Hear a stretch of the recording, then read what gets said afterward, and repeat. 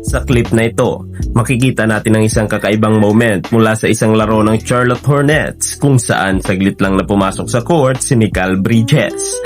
Pumasok si Bridges sa simula ng laro at naglaro lamang ng 23 seconds bago agad na pinalitan.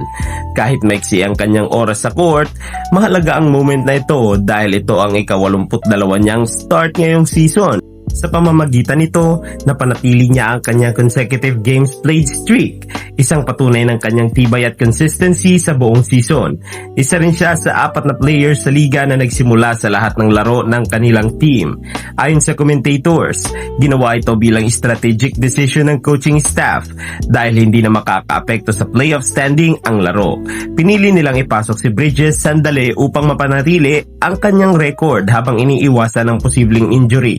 May ilang critics na nagsasabing hindi ito legitimate na paraan para ipagpatuloy ang streak, ngunit ipinagtanggol siya ng mga commentators na nagsasabing si Bridges ay laging handang maglaro ng mabibigat na minuto kung kinakailangan.